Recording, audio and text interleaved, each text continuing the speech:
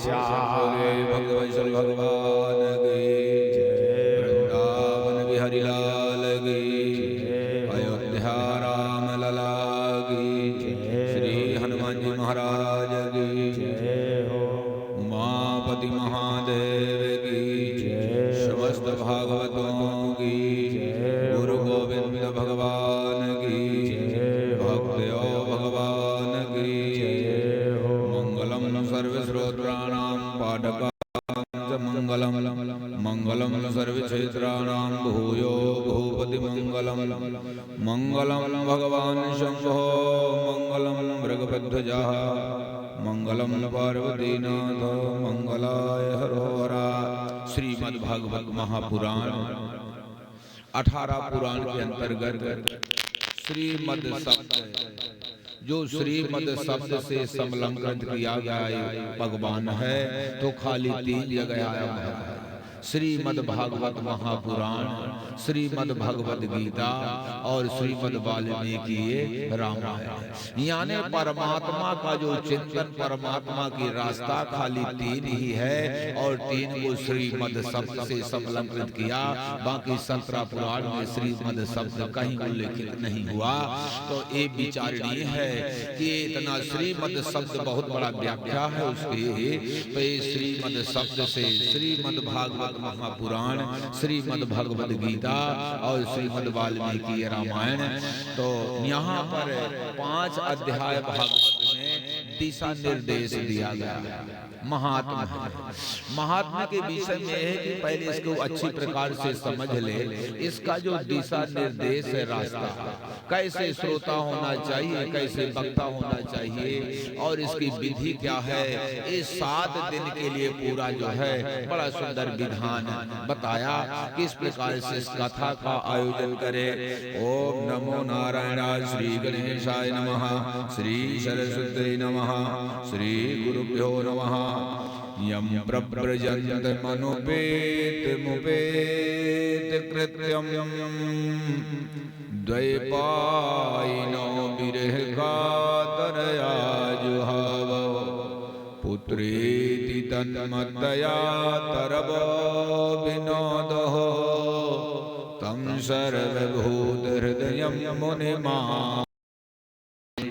यहाँ पर सुखदेव जी भगवान को जो है प्रणाम किया गया है, लेकिन खाली सुखदेव जी का नहीं, मुनि मानतोष में यानी उनके पिता जो वेद व्यास जी हैं उनको भी समेत जो है हम कोटि कोटि जो है प्रणाम करते हैं।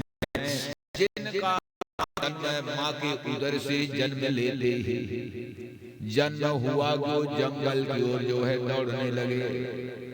यानी इतना बड़ा विरक्त की माँ के उदर से जन्म ले और जंगल की ओर दौड़ने लगे। तो ओम नमो नारायण। उस समय जब वो दौड़ने लगे, सुखदेव जी नाम उनका था, तो वेद व्यास जी दौड़े कहा बेटा बेटा बेटा बेटा वापस आ जाओ। लेकिन बेटा पिता की ओर मुड़ करके, पुत्र जो है पिता की ओर मुड़ करके नहीं देखा। लेकिन एक भगवान के अंशावतार वेद व्यास जी जब वो भी पुत्र के बेटा वापस आ जाओ, वापस आ जाओ, तो हमारी आपकी कैसी दशा हो सकती है महाराज। लेकिन पुत्र का मोह नहीं था, वेद व्यास को पुत्र का मोह नहीं था। मोह इस बात का था कि इतना बड़ा बैराग जो जन्म लेते ही जंगल की ओर निकल पड़े, इससे बड़ा बैराग कहाँ होगा। तो उस बैराग को वापस करने के लिए यदि जंगल चला जाएगा तो खाली अपना ही कल्याण करेगा, लेकिन यदि बैराग समाज में होगा तो कितने समाज का जो है उद्धार कर देगा। उस बैराग को कहते नहीं वापस आ जाओ। समझ रहे? उस बैराग को, पुत्र को नहीं, पुत्र का मोह नहीं है। उस बैराग को पुनः यहाँ पर पवलाने के लिए, संसार में संसार का उद्धार करने के लिए, लेकिन कोई प्रभाव नहीं पड़ा। सुखदेव जी आगे जाते गए एक बड़ा सुंदर सरोवर मिला। वहां देवांगनाएं स्नान कर रही थी।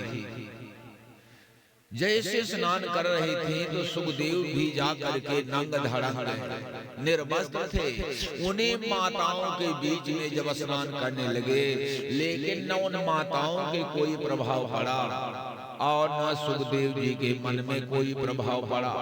लेकिन जैसे वेदव्यास जी वहां पर गए तो जो माताएं स्नान कर रही थी अपने अपने वस्त्रों को थोड़ा व्यवस्थित कर लिया, लज्जा का अनुभव किया, लज्जा का अनुभव किया, अपने वस्त्रों को व्यवस्थित किया। लेकिन वेदव्यास जी ने प्रश्न किया, अरे ये तो बहुत बड़ा आश्चर्य है, अभी ये बालक मेरा नंग धड़ंग स्नान कर रहा था आपके साथ में, तो आपने वस्त्रों को नहीं ढका, लेकिन मेरी इंद्रियाएं शिथिल हो गई हैं और मैं वृद्ध हूँ, फिर भी आप मुझे देख करके वस्त्रों को ढक लिया। उन्हें स्त्रियों ने वेदव्यास जी को जवाब दिया, आप भले वृद्ध हैं महाराज, लेकिन आपके अंतर मन में भेद दृष्टि है कि हम पुरुष हैं और ये स्त्री है। लेकिन जिसके हृदय में स्त्री पुरुष का भाव न जागृत हो कि स्त्री है या पुरुष है, उसके पास चाहे आप नंगे रहो चाहे कपड़े पहनो, इससे बड़ी बात वैराग्य क्या हो सकता है। एक माँ का बालक होता है ना, 4-5 साल का 8 साल का हो जाता है, लेकिन वो नंग धड़ंग भागता रहता है। क्या उसे भेद नहीं है कि स्त्री है कि मैं पुरुष हूँ? जहां पर भेद दृष्टि न हो, कहा है बाबा ने लिखा कि 69 भेद होय मन जाता के, अश्री रघुवीर हृदय नहीं जागे। 69 भेद होय मन जागे, अश्री रघुवीर हृदय नहीं लागे। माने भेद दृष्टि, तो कहने का भाव इतना बड़ा वैराग्य की जिसे स्त्री और पुरुष का भान न हो कि स्त्री है या पुरुष है। ऐसे सुखदेव जी भगवान को हम कोटि कोटि जो है प्रणाम कर रहे हैं।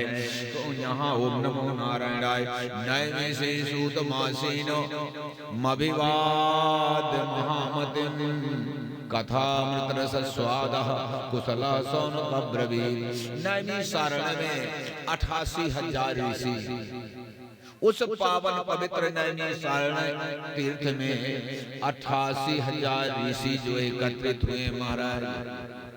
लेकिन वो 88,000 ऋषि कोई अलग नहीं है, वो हमारे ही बाप दादा, उन्हीं की तो गोत्र चल रहा है ना, उन्हें ऋषियों की परंपरा और गोत्र से हम जी रहे हैं ना। तो सब ऋषि जो हैं वो सपत्नीक थे, कोई ऋषि विरक्त नहीं था, सब गृहस्थ जीवन जीने वाले हैं और उन्हीं के हम वंशपरा में आज तक जीवित रहना संसार में। ये कल्पना का विषय, कोई अजनबी नहीं है वो। तो ऐसे उन्होंने नैमिषारण्य में 1000 वर्ष का संकल्प लिया है इस ज्ञान गंगा का पान करने के लिए, इस ज्ञान रूपी गंगा को पान करने के लिए संकल्प लिया है। मन में विचार कर रहे हैं कि इस समय कलयुग है और इतना लंबा समय, उसी समय सूत जी महाराज का आगमन होता है। नैमिषारण्य में 88,000 ऋषियों के सामने जैसे सूत जी महाराज वहां जाते हैं, कथा मत रस स्वादा कुशला सौन ब्रवीत।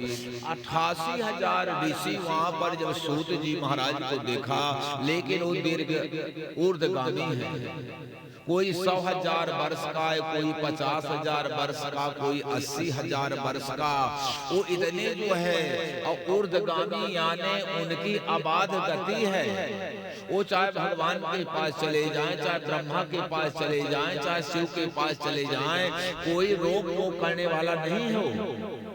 समझ रहे हैं? वो कोई अबाध गति है, स्वेच्छा से वो कहाँ चले जाएं। तो जब वहां पर सूत जी गए तो मुंडे मुंडे मतिर भिन्ना, किसी के मन में भाव आया कि सूत है, लेकिन यहाँ पर महाराज अज्ञान ध्वंद विध्वंसम कोटि सूर्य सम प्रभा। 12 राशि होती है, 12 राशि होती हैं और एक महीना एक राशि में सूर्य गमन करता है।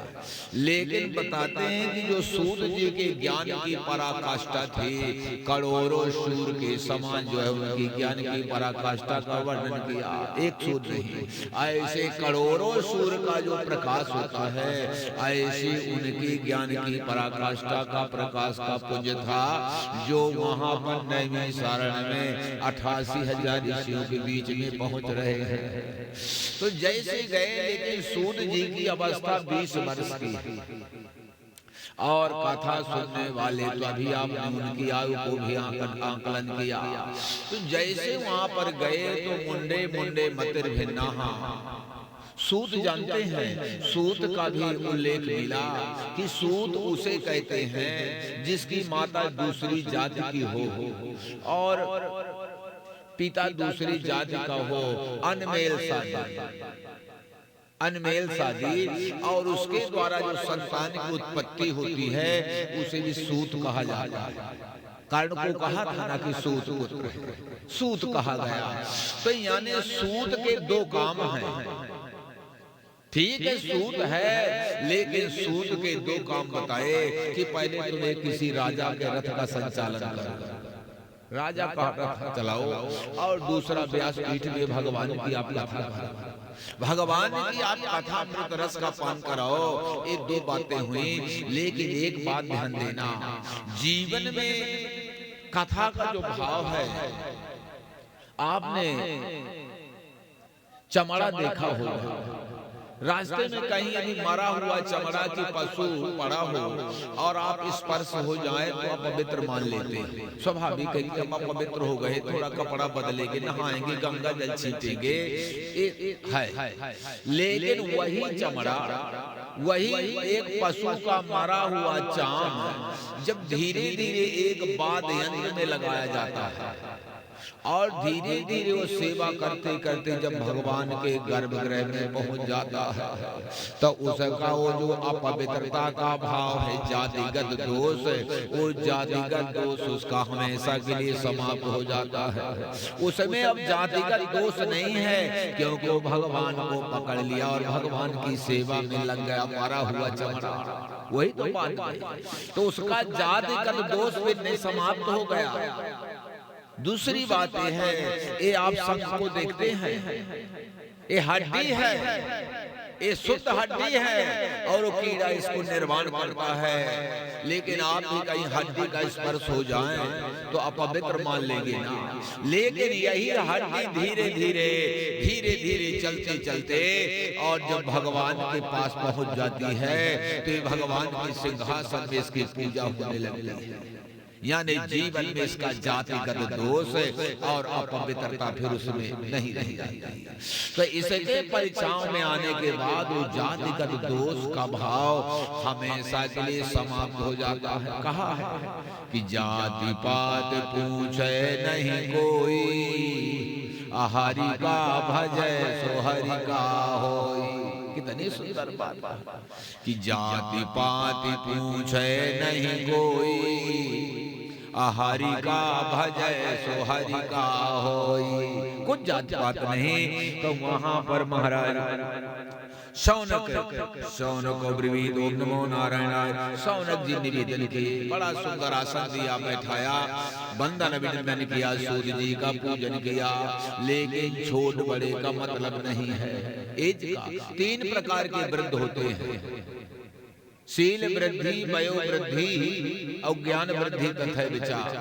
यानी अब आपसे अपनी अवस्था से छोटा हो, लेकिन ज्ञान है तो ज्ञान का वृद्ध है, एक अवस्था का वृद्ध है। समझ रहे हैं? एक अवस्था का वृद्ध वो भी सम्मान के योग्य है, लेकिन एज में बहुत कम है, लेकिन ज्ञान की पराकाष्ठा है तो भी सम्मान देने के योग्य, क्योंकि ज्ञान वृद्ध है। और तीसरा शील वृद्ध ही। ये 3 प्रकार के वृद्ध शास्त्र में कहे गए हैं और ये हर एक जगह सम्माननीय है। इनका सम्मान आदर करना चाहिए, क्योंकि इनके द्वारा कुछ हमें प्राप्त होगा। ओम नमो नारायणाय। अज्ञान ध्वंत विध्वंसम सूर्य समप्रभा, सूदाख्यायि कथा सारम कर्ण रसायनम, सूत जी से निवेदन किया, कहा कि हमें आप भगवान की कथा ओम नमो नारायणाय, लेकिन कथा नहीं कहा। जिनकी 100,000 वर्ष आयु हो, आप कल्पना करिए 50 साल में हम कल्पना करते हैं सब कुछ करने का, लेकिन जो 100,000 वर्ष जिनकी आयु हो, तो मेरे समझ में वो सब कुछ किए। कितने बार कथा सुने होंगे, कितने बार तपस्या किए होंगे, कितने बार तीर्थों का सेवन किया होगा, लेकिन यहाँ पर 88,000 ऋषियों में सौनक निवेदन करते हैं कि महाराज समय कम है, समय कम है, इसलिए श्रीमद् भागवत कथा सारा, यानी कथा का सार तक हमें बता दीजिए कि कथा का मतलब क्या है। कितनी सुंदर बात, क्योंकि कथा पहाड़ है। जैसे पर्वत में आप चले जाओ तो कोई और छोर नहीं मिलेगा, इसी प्रकार ये पर्वत आपके सामने रखा हुआ कहा है ना, बाबा ने लिखा है कि पावन पर्वत, पावन पर्वत, वेद पुराण राम कथा रुचिरा करना, राम कथा रुचिरा करना।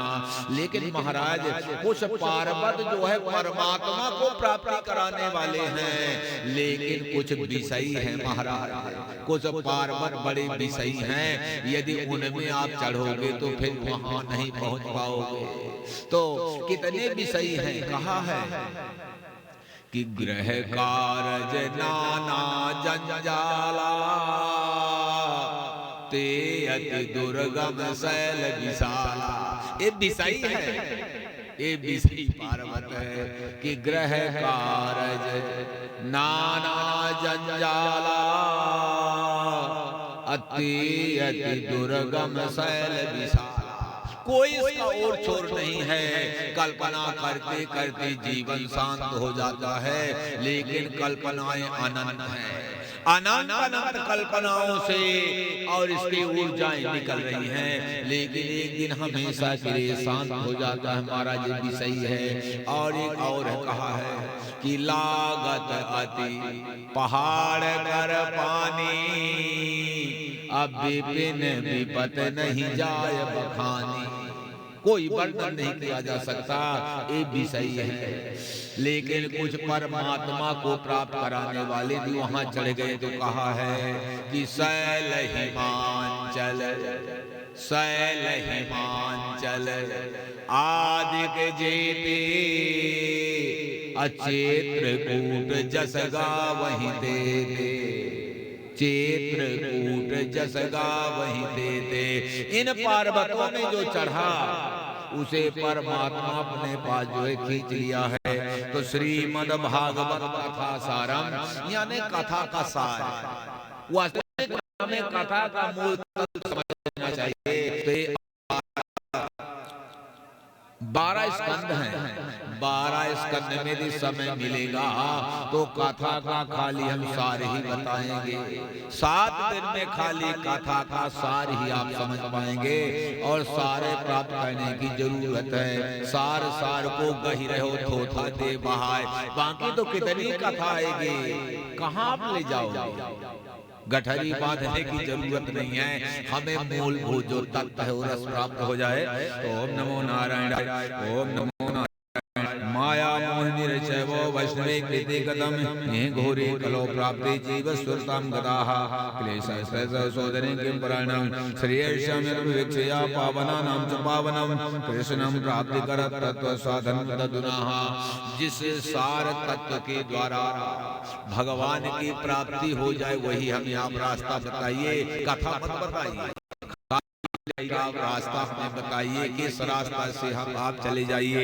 ओम नमो नारायण, ओम नमो चिंतामणि लोक सुखम सुरद्वा स्वर्ग संपदम, प्रेक्षते गुरु पीतो वैकुंठ योग दुर्लभम। ओ गुरु प्रेक्षते, यदि गुरु की कृपा हो जाए जीव के ऊपर तो वैकुंठम योग दुर्लभम। जो बड़े बड़े अमलात्मा बिमलात्मा नहीं जा पाते, वहां यदि गुरु की कृपा हो जाए तो उस जगह में चला जाता है। लेकिन गुरु कौन है? गुरु है कौन? भाई आपके यहाँ से कोई रास्ता चला जा रहा हो और रास्ता आपसे पूछे कि महाराज आप रास्ता बता दीजिए, तो आप बता देंगे ना। जब बता देंगे तो आप भी गुरु हैं, क्योंकि भटके हुए को आपने रास्ता बताया तो आप भी गुरु हैं। कोई हाउली की दुकान है, कोई रास्ते में पूछा कि महाराज आपके गांव में हाउली की दुकान है, बताओगे? हाँ बता दिया, यहाँ से आप चले जाओ, तो भी गुरु। यानी जो रास्ता भटके हुए को रास्ता बता दे वही एक गुरु है। तो ऐसे गुरु संसार में कितने मिलेंगे, लेकिन एक दूसरा गुरु होता है जिसे कहा है कि सतगुरु वैद, सतगुरु वैद बचन विश्वासा,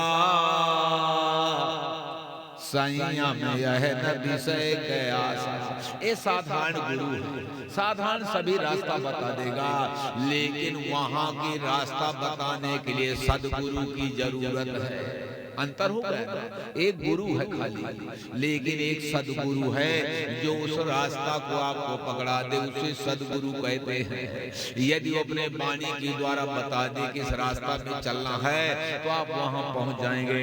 ओम नमो नारायणाय। चिंता मणि लो सुरम सुरत स्वर्ग संपदम प्रेक्षति गुरु पीतो वैकुंठम योग दुर्लभम। मणि है, मणि है। ओ मणि ऐसा काम करती है महाराज कि जो चाहोगे वही आपके पास आ जाएगा। तो ये तो सबे के मन में भाव हुआ होगा कि यह जरूरत है, यह जो मिल जाए, कि जो इच्छा करे वह मिल जाए। तो ये तो सबके मन में एक जिज्ञासा है। सुरदो चिंता मने लोग सुख सुरदो स्वर्ग संपदम प्रेक्षति गुरु पीतो वैकुंठम योग दुर्लभम। वो मणि है, संसार में आपके पास है। यम यम चिंत्यते कामम, यम यम चिंत्यते कामम ताम ताम प्राप्नोति निष्टम। जिसका आप चिंतन करेंगे वो आपके पास अपने आप आ जाएगी। लेकिन वो मणि होने के बाद भी हम जो है समझ नहीं पाए। वो मणि है भगवान का नाम, भगवान का नाम। जितना आप भगवान का नाम रगड़ करेंगे वो वही है पारस मणि है भगवान का नाम। जितना आप रगड़ करेंगे, चिंतन करेंगे, उतना वो जो है निखार बनाते आते सब कुछ प्राप्त करा देगी, सब प्राप्त हो जाएगा। और दूसरा ओम नमो नारायणाय। प्रेक्षिते गुरु पीतो वैकुंठम योग दुर्लभम। वो सीधे वैकुंठ को ले जाएगी। भगवान की कथा, भगवान का नाम है तो वैकुंठ ले जाएगा। समझ रहे हो? तो वही मणि है जो स्वर्ग से ऊपर परमात्मा को जो है प्राप्ति कराने का साधन है। ओम नमो नारायण सुदवाय पेते सौनक चित्ते वात्मजा सर्वे सिद्धांत निष्पन्नम संसार भय नाशनम। सूद जी बड़ा प्रसन्न हुए, कहा ठीक है आपका अंतःकरण बड़ा पवित्र है, मैं कथा सुनाऊंगा। तो संसार भय नाशनम, ओ बड़ी बात कहा, संसार भय नाशनम। यानी संसार में सबसे बड़ा भय किसका है आप जानते हैं? संसार भय नाशनम, यानी संसार में सबसे बड़ा भय क्या है भैया? इसमें तो संसार भय नाशनम शब्द आया, तो संसार भय नाशनम यानी सबसे बड़ा संसार में भय है मरने का, है ना? जीने का भय नहीं होता, जितना मरने का है मेरे समझ में। ठीक है ना दादा? संसार भय नाशना में यानी दुनिया में यदि अगर डर है तो मरने का डर है। 84 लाख योनियों में खाली मृत्यु का डर है, बाकी तो डर किस बात का? यदि मरना न हो तो डरे नहीं, बाहर में जाए चलो निर्धन। लेकिन यहाँ पर सूद जी कहते संसार भय नाशनम, जो मैं आपको सार तत्व बताऊंगा उससे संसार का भय नाश हो जाएगा। मुक्ति करतल स्थित, जब चाहोगे तब आप मरोगे, जब चाहोगे जब तक जिंदा रहोगे। और कितने महापुरुष उसी की चाह में भी सनकादी 5 वर्ष के बने रह गए, न उनकी मृत्यु न घटे न बढ़े महाराज, क्योंकि कथा मात्र है कि जीवन, हाँ उनका जीवन खाली भगवान की कथा ही बना लिया, भोजन बना लिया, भोजन बना लिया जीवन को अपने कथा का अमृत पान करने के बाद, न उनकी मृत्यु हुई, न बुढ़ापा आया, न जवानी गई, खाली 5 वर्ष के बने रह गए। इसका प्रमाण शास्त्र दे रहा है महाराज। ओम नमो नारायणाय। काल व्यपधमते काल व्याल श्रीमद्भागवतम सातो कलौकीर्ण वाजितम एतस्मात् परम कीजे मनः शुद्धि न विनदे जन्मांतरे भवेत् पुण्यम तदा भागवतम लभे। एक बात ध्यान देना, यहाँ यदि सोचे कि सहज में चला आएगा, सहज यहाँ आना बड़ा कठिन है। यहाँ आयरा गैरा पच कल्याणी के सामर्थ्य नहीं है बैठने के लिए। यदि सोचे कि आयरा गैरा पच कल्याणी बैठ जाए तो यहाँ पर बड़ा कठिन बैठना है। कहा है कि यही सरयावत, यही सरयावत अति कठिनाई, राम कृपा बिन आय न जाई। आप नहीं आए हैं, आपके समर्थ नहीं है, ये प्रभु की कृपा ही आपको यहाँ ला करके बैठाई है। कितने यहाँ आएंगे, कितने आएंगे, व्यवहार में आएंगे, रसगुल्ला खाएंगे और झाड़ झूड़ के जाएंगे, क्योंकि उनके ऊपर कृपा नहीं है, उनके ऊपर कृपा नहीं है। समझने का विषय है जीवन में कि आपने खाली भागवत की कथा श्रवण पान करने के लिए तो काट दिया है, ब्याह का नहीं दिया। गौर उस कार्ड में है कि भगवान ने हमें बुलाया है और कथा श्रवण करने के लिए कार्ड में लिखा जाता है ना। उस गरीबा में यदि आप बैठो, क्योंकि हम ये तो रोज खा लेंगे, लेकिन ये रसपान करने के लिए कोई जजमान भेजा है, उस लक्ष्य में हम जाएंगे, चुपचाप बैठे रहेंगे, उसी को पान करेंगे। ओम नमो नारायणाय, ओम नमो नारायणाय। सुखम नद्वावधं सर्वे स्वकार। तो यहाँ पर महाराज जब सूत जी महाराज कथा प्रारंभ करने लगे तो शौनक ऋषि प्रश्न करते हैं, का महाराज आप पढ़े लिखे हो, कोई कॉलेज की डिग्री उग्री है आपके पास, कथा तो आप सुना रहे हैं। ओ सूत जी कहने लगे, महाराज ये तो हम जानते नहीं कि विद्यालय कैसा होता है, विद्यालय कैसा है, कहाँ है। तो कहा महाराज आप कथा कैसे सुनाओगे। ओ सूत जी कहने लगे, ऋषियों एक समय गंगा के किनारे राजा परीक्षित की मृत्यु थी सर्प दंश से। उस समय साप्ताहिक सत्र में संगम के तट पर सुखदेव जी भगवान कथा सुना रहे थे। उस सभा में मैं भी बैठा हुआ था। कितनी बड़ी बात का, मैं भी बैठा था महाराज, और जो सुखदेव जी भगवान के द्वारा कथा विगलित ली गई तो सारी कथा को मैं पान कर लिया, सारी कथा को मैं अमृत को पान किया, और वही सुनी हुई कथा को मैं आपको सुनाऊंगा। ओ वहां मैं सुना, सारी अमृत कथा को मैं आपके साथ किया हूं महाराज। लेकिन वहां पर एक बहुत बड़ा आश्चर्य हुआ। जब सुखदेव जी भगवान कथा सुना रहे थे कर्मयोगी परीक्षित को, तो वहां पर एक बहुत बड़ा जो है आश्चर्य हुआ। वहां पर परीक्षित कथा वक्तुम सभायां संसिति सुखी सुधा कुंभम गृहे देवे देव समागम। देवता देवलोक से अमृत का कलश लेकर के आते हैं महाराज। गंगा के किनारे संगम तट पर जहां कथा जैसे आप सुन रहे हैं, वहां अमृत का कलश लेकर के आए और रखा, अमृत का कलश रखा और सुखदेव जी भगवान को प्रणाम किया। सुखम नत्वा बदन सर्वे स्वकार कुशलासुरा, बड़ा सुंदर वंदन अभिनंदन किया। इसके बाद कहा कि सुधा कुंभं गृहे देव एवं विनिमये जातो सुधा राज्ञा प्रपीता। देवताओं ने कहा कि इस राजा परीक्षित के 7 दिन में मृत्यु है, मर जाएगा, इसलिए हम देवताओं का अमृत देवलोक से ले आए हैं, इसे आप अमृत पान करा दो, जीवन में ये अमर हो जाएगा, और इसके बदले में हमें कथा अमृत आप पान कराए। कथा अमृत अदला बदली हो जाए, अदला बदली हो जाए। क्वा सुधा क्वा कथा लोके क्वा काचा क्वा मणिर्महान ब्रह्मरातो विचारे बम कदा देवांजहा सहा। वहां पर राजा परीक्षित के सामने जब बात आई कि अमृत पान का लो तो अजर अमर हो जाओगे, राजा परीक्षित ने सुखदेव जी भगवान से निवेदन किया, कहा प्रभु ए मैं कथा अमृत पान करूं भी आज से अमर होने वाला देवताओं का अमृत पान कर लूं। ओ लेकिन सुखदेव जी भगवान ने प्रतिबंध नहीं लगाया। उस अमृत को, देवताओं के अमृत को और कथा अमृत की कीमत बताया कि कीमत इतनी है जो समझो तो आप ले सकते हो। तो कांच की कीमत को, देवताओं के अमृत को बताया कि कांच की कीमत का है, और ये कथा अमृत जो है मणि की कीमत का है। हो ये बुद्धि जो परम सयानी, हो ये बुद्धि जो परम सयानी। यदि बुद्धि में सयानापन है तो आप अदला बदली कर लो, इसमें हमें कोई संदेह नहीं है।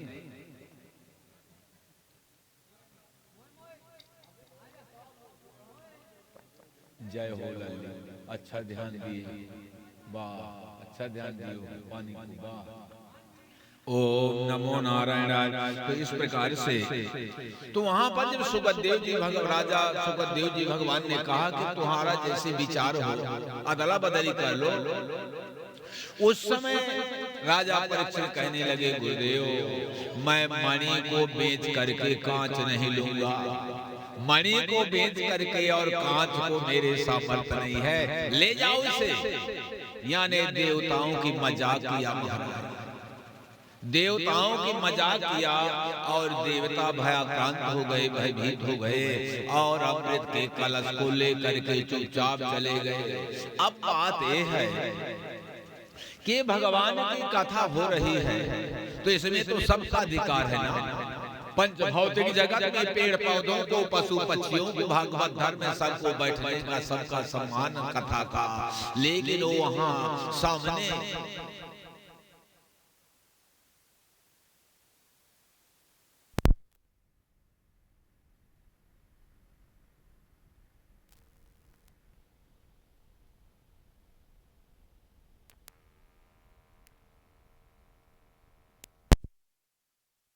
साय गोविंदाय नमो नमः। सच्चिदानंद रूपाय विश्वोत्पत्त्यादि हेतवे तापत्रय विनाशाय श्री कृष्णाय वयं नमः। तो जब जाने का मतलब ये है कि जब वो अमृत का कलश लेके चले गए, भाई कथा सुन लेते ना, लेकिन बात यह है कि उनके मन में घमंड था अदला बदली करने का, है ना, कि हम बदल लेंगे। तो निवेदन ये है कि कहीं आप मंदिर में जाओ, भगवान की कथा में जाओ, गुरु के पास जाओ, वहां पर घमंड का भाव न हो। निर्विकार कहा है कि तजी निज दम्भ है, तजी निज दम्भ है, कपट चतुराई, अब भजत कृपा करी है रघुराई। लेकिन कथा में आने के बाद उन्हें घमंड था कि इसे हम बदल लेंगे ना। यदि अदला बदली की बात ना करते, चुपचाप बैठ जाते तो कथा से वंचित न होते। तो मेरा निवेदन है कि कितना सब कुछ हो, लेकिन भगवान की कथा में घमंड न हो। बड़ा सहज भाव, सहज स्वभाव, न मन कुटिलाई, यथा लाभ संतोष सदाई। माने स्वभाव जीवन का बड़ा सहज हो और सहजता में ही परमात्मा छिपा हुआ है। तो ऐसी सहज भाव से भगवान की कथा जानकारी होने के बाद भी और अनजान की भांति कथा सुनना चाहिए। भगवान तो जानते थे ना, लेकिन कोल भीलों के बीच में अजान बन जाते थे। ओम नमो नारायण।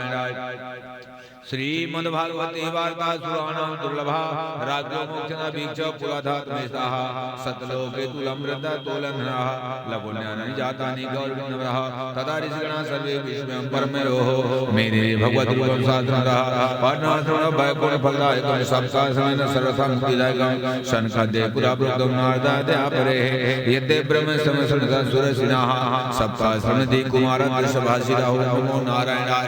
जब ये देवता महाराज उस अमृत का कलश लेकर के और देवलोक ब्रह्मा जी के पास गए तो ब्रह्मा जी से बताया, कहा मृत लोक में हम गंगा के किनारे गए थे, सुना रहे थे राजा परीक्षित को, तो इस अमृत को उसे को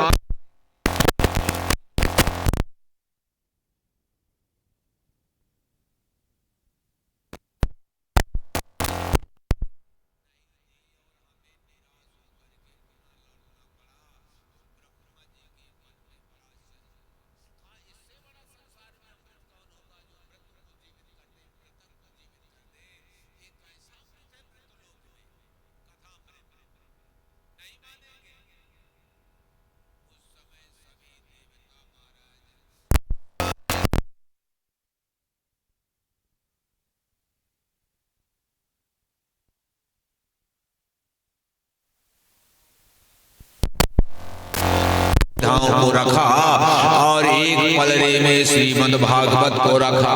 का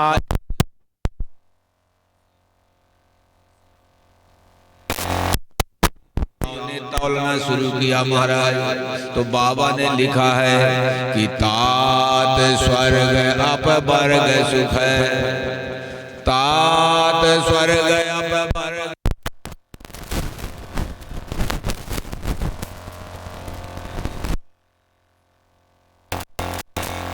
जो सुख लो सत्संग है।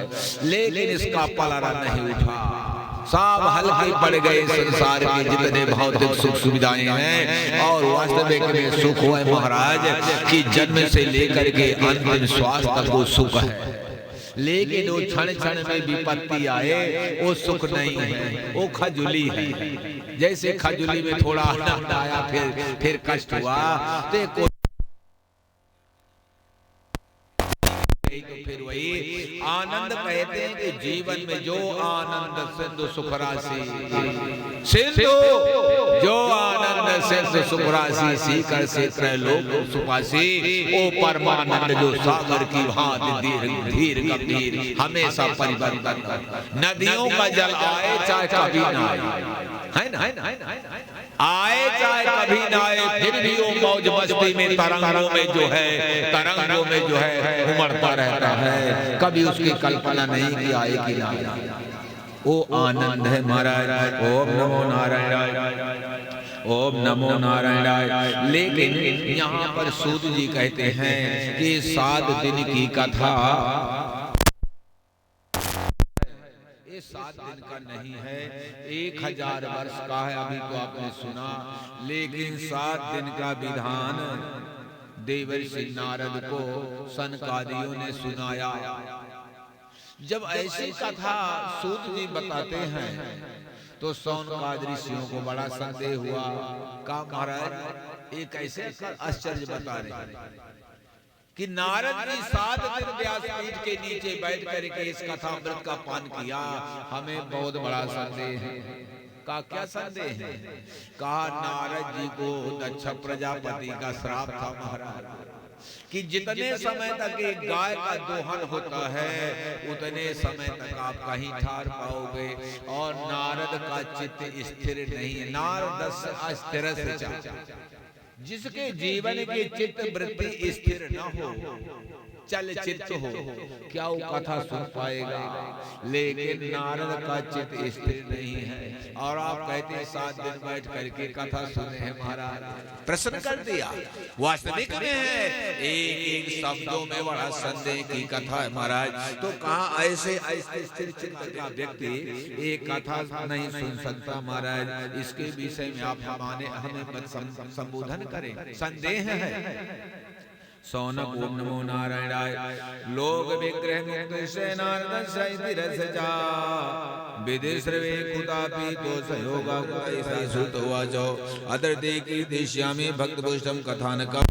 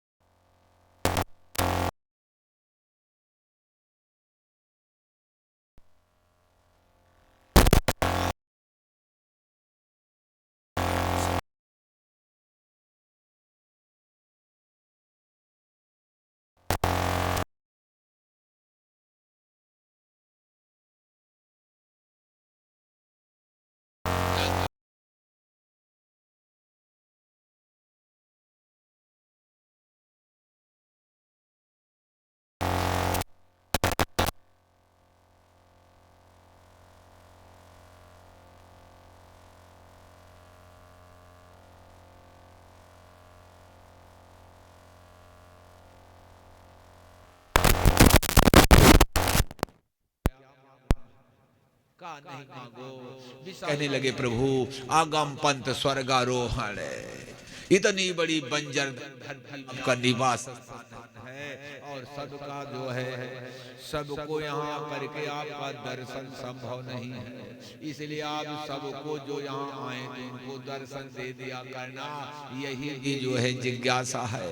ओ ऐसी वाणी को सुन करके भगवान नारायण बड़ा प्रसन्न हुए, कहा विशाल है, जैसा आपका नाम है वैसे आपके अंतःकरण की विशालता है। अपने लिए कुछ नहीं कहा, संसार का दर्शन करने के लिए और मांगा। उस समय भगवान बड़ा प्रसन्न हुए, कहा आज से मैं तुम्हारा नाम अपने साथ में जोड़ लूंगा। उसी समय से बोली बद्री विशाल भगवान की जय, यानी बद्री विशाल हो गए, यानी जितना भक्त का नाम भगवान जोड़ा, भगवान अपने भक्त को अलग नहीं छोड़ा। कितने नाम जो है भक्तों के नाम से भगवान जो है चलाना।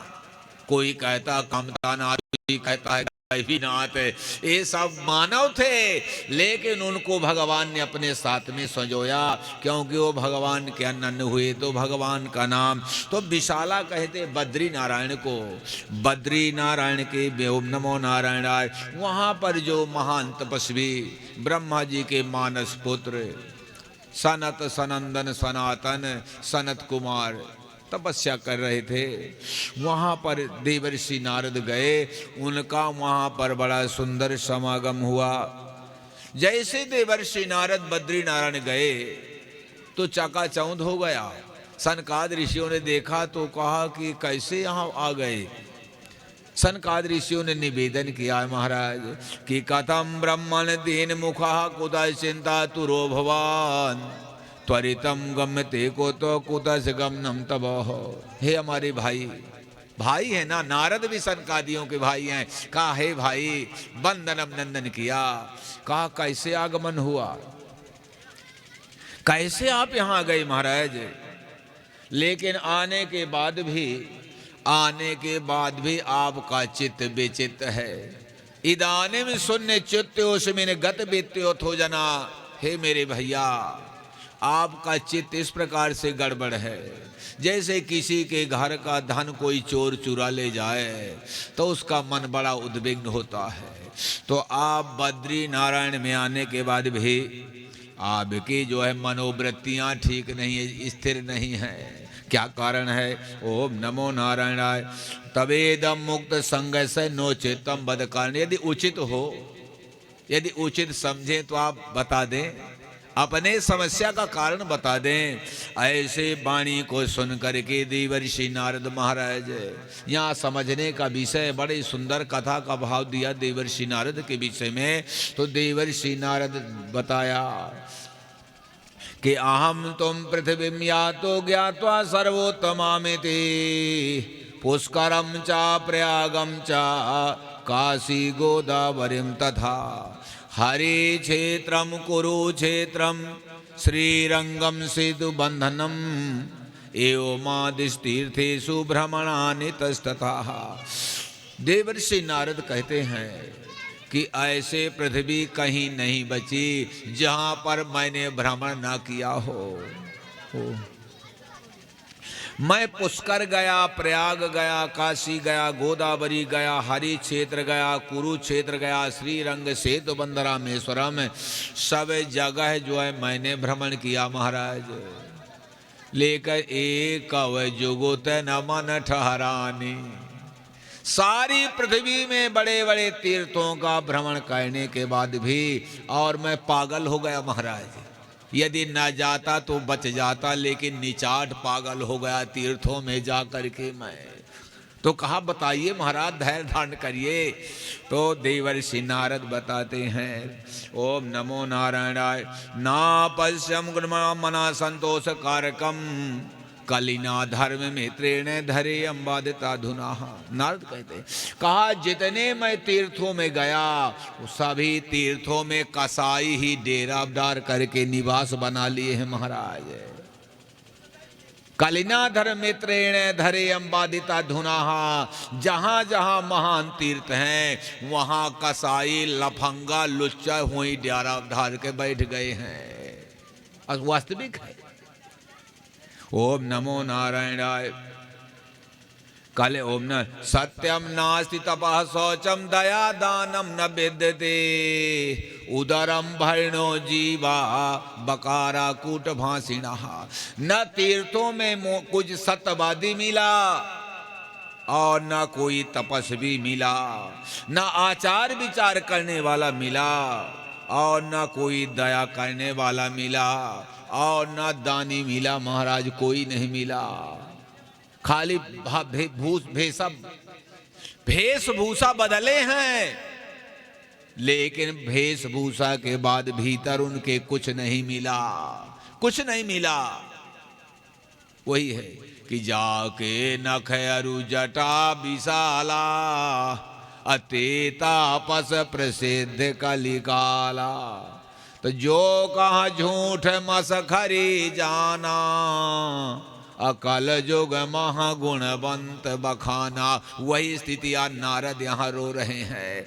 ओम नमो नारायण। तो सनकादिक ऋषियों ने कहा कोई मिला? कहा कोई तो मिला होगा। कहा झूठ बोलने वाले मिले हैं, ठगने वाले, ठगने वाले। इतनी बड़ी भूख बढ़ी कि खाली पेट भरने वाले मिले और वास्तविक में यही बात हुई महाराज। कहा है कि मात पिता बाला पढ़ा वहीं उदर भरें सोई बचन सिखा वहीं।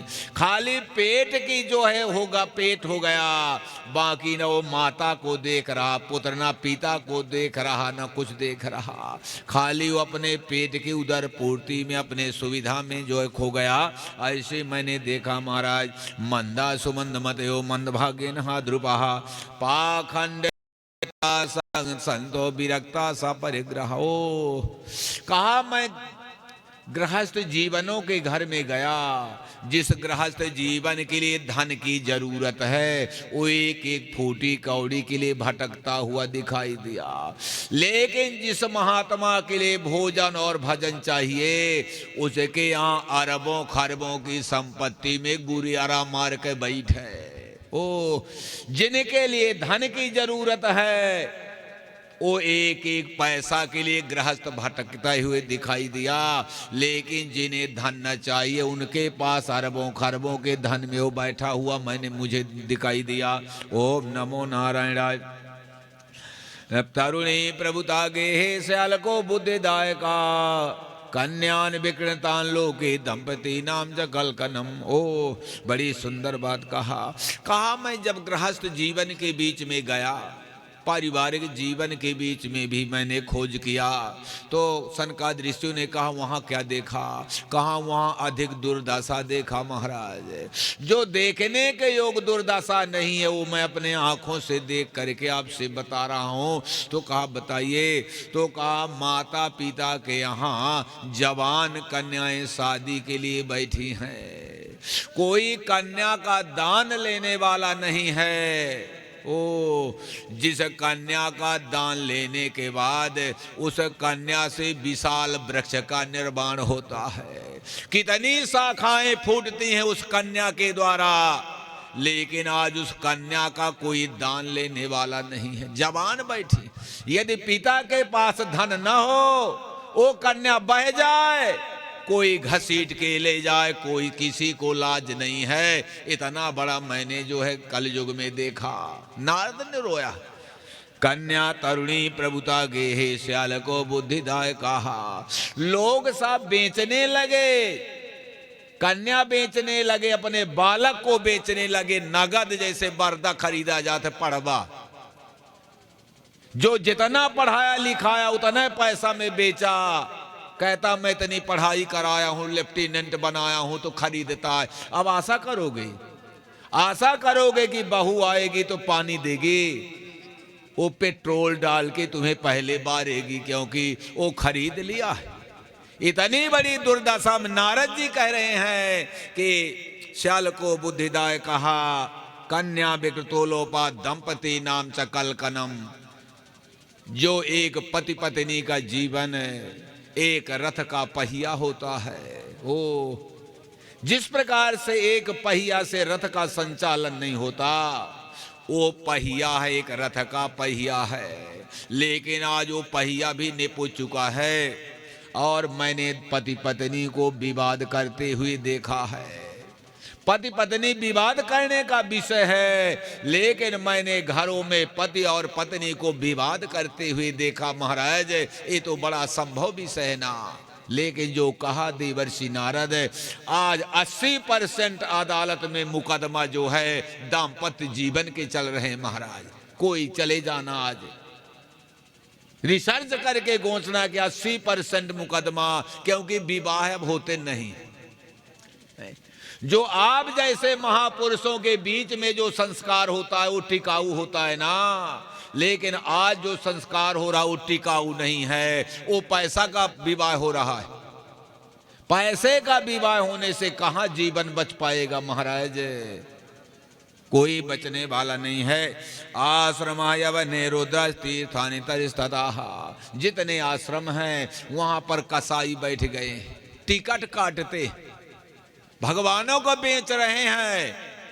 यदि पैसा ना हो तो भगवान के दरवाजे में टिकट लगी, भगवानों का बहुत बिकत है पैसा। वहां भावे बदल लो कि यदि घर में जो हनुमान जी है तो जहां तक जाओगे वहां तक वही हनुमान मिलेगा कि दूसरा मिलेगा, तो आखिर विपत्ति से बच जाओगे। इच्छा है, तीर्थ है, बड़े बड़े पवित्र तीर्थ हैं, लेकिन जो गिद्ध है ना कसाई, वो जब विपत्ति के कारण बन गए ना।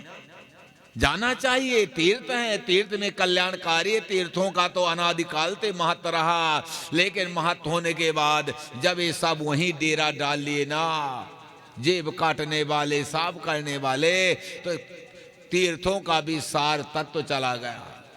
तीरथ सारस्तुतो गता, सार तत्व चला गया। महाराज, ओम नमो नारायणाय। न योगी न विसिद्ध हुआ, ना कहीं योगी है, ना कोई सिद्ध पुरुष है, ना कहीं कुछ है, सब पाखंड है। देवर्षि नारद बताए, ओम नमो नारायणाय। न ज्ञानी सत्यो नराह कलिदलित साधनम भस्मं गदा। इस कलयुग के प्रभाव से साफ जल करके राख हो गए। महाराज, एक कलियों का धान खा करके और साफ जल करके खाक हो गए, अब कुछ रह नहीं गया। महाराज, ओम नमो नारायणाय। अष्टशूला जनपदा शिशूला दुजात्या कामिन्या के शूल्य सहवंत कलाव्या। देवर्षि नारद ने कहा कि अब कलयुग में खाली बार बचा है, अब पाले से बाकी कुछ नहीं बचा। कामिन्या के शूलन्या, खाली पालिश लगा लो, बार में चमका लो, बाकी इसके बाद अब है कुछ नहीं। न शरीर में ताकत है, न कोई ज्ञान है, न कुछ है, खाली इतना। देवर्षि नारद ने इस संसार को कटु सत्य के द्वारा और चैतन्य किया कि ऐसी स्थिति है। ओम नमो नारायणाय, ओम नमो नारायण। ऐसे भ्रमण करते करते देवर्षि नारद वृंदावन आ गए। जैसे वृंदावन आए तो कहा कि जैसे वृंदावन आया तो मेरी तो सांस रुक गई। सोचा अब तो प्राणांत हो जाएगा। इतना बड़ा भयंकर वृंदावन में जहाँ भगवान द्वारिकाधीश की क्रीड़ा स्थली है, ओ भगवान गोविंद की जो विहार स्थली है, उस विहार स्थली में बहुत बड़ा आश्चर्य देखा तो मेरे नेत्र झप गए। कहा क्या देखा? कहा एक बड़ी सुंदर स्त्री, दिव्य एक स्त्री, जवान, और दो पुरुषों को अपने जंघों में जो है लिटाई हुई थी महाराज। वो स्त्री दो पुरुषों को अपने आजू बाजू जंघों में लिटाई हुई थी। और जैसे मैं देखा तो आश्चर्य में डूब गया। रे बात क्या है?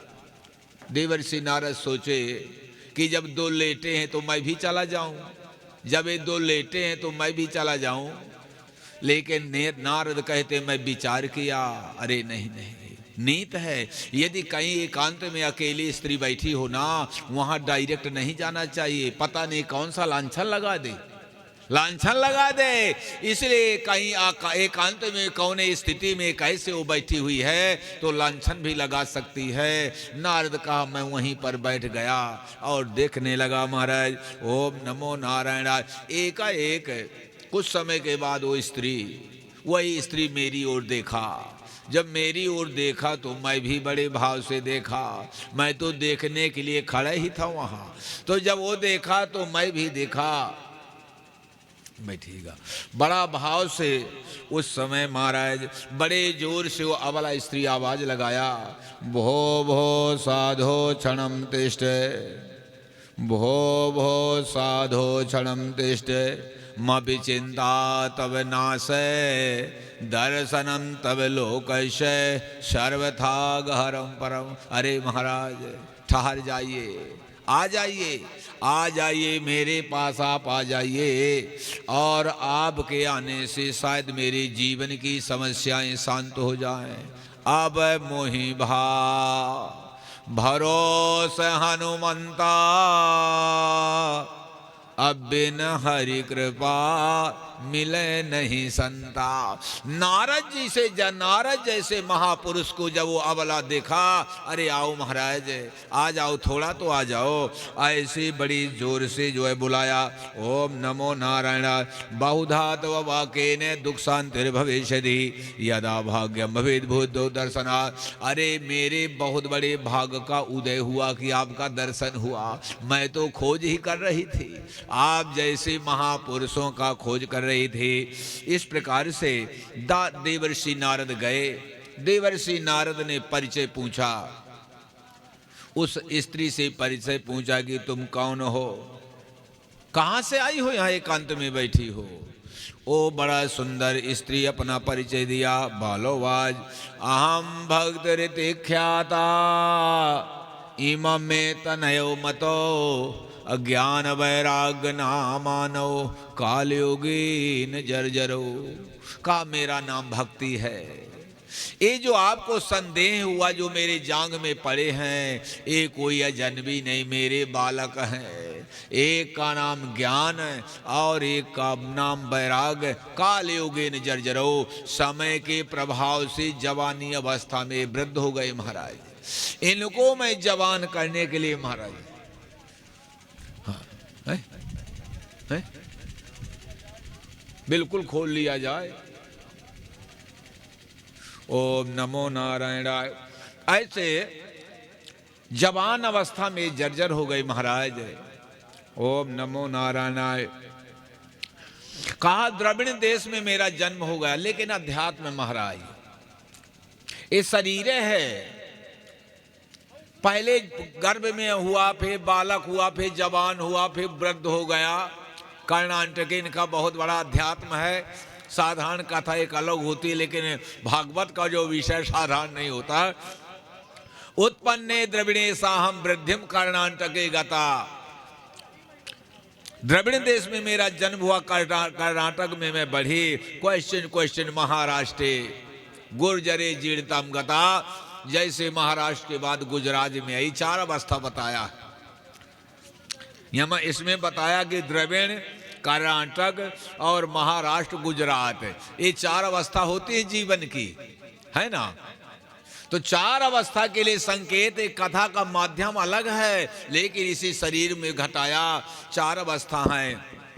मैं जीर्ण हो गई और इस कलयुग ने मेरे एक एक अंग को जो है तोड़ डाला। जाता पुत्राभ्यम संबंधताम, और मैं जवान हूँ और मेरी संतान बुद्धि हो जाए। अरे माता पिता को वृद्ध होना चाहिए और बालक को जवान होना चाहिए, लेकिन माता पिता जवान हो और उसकी संतान जर्जर हो जाए तो कितनी बड़ी पीड़ा है महाराज। ओम नमो नारायणाय। तो इदम तो सहितावत्र सुतो में क्लिशताश्रमाद, इदम स्थानम परित्यज्य विदिशम गम्यते मया। हे महाराज, आपने सारा जीवन इस वीणा को लिए हुए, धन है भारत भूमि, धन है भारत भूमि, धन है भारत की देवता, लेकिन कोई जगह नहीं बची जहां मैं अपने बालकों को जवान कहने के लिए तीर्थों में न ले गई हो। लेकिन अब मैं इस भारत की धरती का परित्याग करके और मैं विदेश चली जाऊंगी। मुझे ऐसे भारत में रहने की क्या आवश्यकता है जिसके बालक जवानी अवस्था में पिता से वृद्ध हो जाए। मैं चली जाऊंगी। इदम स्थानम परित्यज्य विदेशम गम्यते गया, जहां कोई संस्कार न हो। बिना संस्कार में जी लेना ठीक है, लेकिन यहाँ पर जहाँ इतनी बड़ी श्रद्धा हो और वहाँ मेरी ऐसी दुर्दशा हो जाए, ये भक्ति निवेदन किया है महाराज। ओम नमो नारायणाय। नादवाज ज्ञानेनात्मानि पश्यामि सर्वे तत्त्वमानघे न विषात्वया कार्यो हरेस्तम ते कमिष्यति। देवर्षि नारद कहा, भक्ति ग्लानि मत मानो, थोड़ा शांत रहो, ये भगवान की कृपा है, बिना भगवान की इच्छा से कुछ नहीं होता। तो भक्ति कहती है कैसी भगवान की इच्छा है कि माता पिता 16 वर्ष का जवान हो जाए और उसकी संतान वृद्धि हो जाए, कहते हो भगवान की कृपा है। कहा नहीं नहीं, उस समय देवर्षि नारद कहते हैं कि कलयुग का प्रभाव है, एक कलयुग का प्रभाव है। इस कलयुग में माता पिता के सामने ही मृत्यु होगी पुत्र की, और माता पिता संतान की पीड़ा को सहेगा, ऐसे कलयुग का प्रभाव है। इस कलयुग के प्रभाव में धीरे धीरे जो ये धर्म की क्रियाएं हैं, बरसे बरसे क्रमन जाता मंगलम ना पिदृश्यते। जैसे जैसे समय बीतता जाएगा तैसे यहाँ पूरी नास्तिकता फैल जाएगी और ये सब डोरा में लटक जाएगा, धर्म डोरा में लटक जाएगा। आज भी कहते हैं ना कि हम आप बाप दादा रूढ़वादी आ रहे हैं ना। ऐसी जब भाषा आने लगी, अब तो ऐसा आया कि यदि किसी का घर में कल मर जाए तो आज तेरही बरखी है ना, आज तेरही बरखी, कल आग संस्कार करके तेरही बरखी कर दो, हमें टाइम नहीं। ओ इतने बड़े भूमि भवन का मालिक है, इतने परिवार को स्तन किया, लेकिन एक वर्ष के लिए समय नहीं बचा उसकी तिलांजलि देने के लिए। इससे बड़ी दुर्दशा इस भारत की धरती में क्या होगी? सोचनीय विषय है महाराज। इसलिए मेरे समझ में व्यासपीठ कहती है ना सबको कि अपने जिंदे अब तरही बरखी करो, पिंडदान ठीक रहेगा, क्योंकि अपने हाथे करोगे तो मिलेगा, पता नहीं आगे का सोच नहीं। ऐसा कलिकाल आ गया क्योंकि हम स्वयं बनाया है, इस विपत्ति को स्वयं मोल लिया। उस समय हमारे बाप दादा बैठे, आंधर हो लूल हो कुछ भी हो, साफ शादी कर लेते थे और उन्होंने कि हम सब औलाद बैठे हुए हैं ना। कहां किसी को विपत्ति नहीं आई इस भारत की धरती में। लेकिन जब ने हम आप शिक्षित बनाया, अपने आगे आने वाले संस्कार को शिक्षित बनाया, वो शिक्षित होने के बाद भी इतना अंधकार में धंसी कि अब कोई सीमा नहीं रह गई। यही भागवत कह रही, संकोच नहीं है भागवत में। वो रास्ता बताएगी, मान जाओगे तो ठीक है और न मानोगे तो कोई इसकी जवाबदारी नहीं होगी महाराज। ओम नमो नारायणाय। कृष्णाय वासुदेवाय हरे परमात्मने प्रणत क्लेशनाशाय गोविंदाय नमो नमः। वर्षे वर्षे क्रमं जातं मंगलम नादृशे। ओम नमो नारायणाय। ओम नमो तो यहाँ पर भक्ति निवेदन किया, कहे कलयुग आया कैसे महाराज, कलयुग आया कैसे।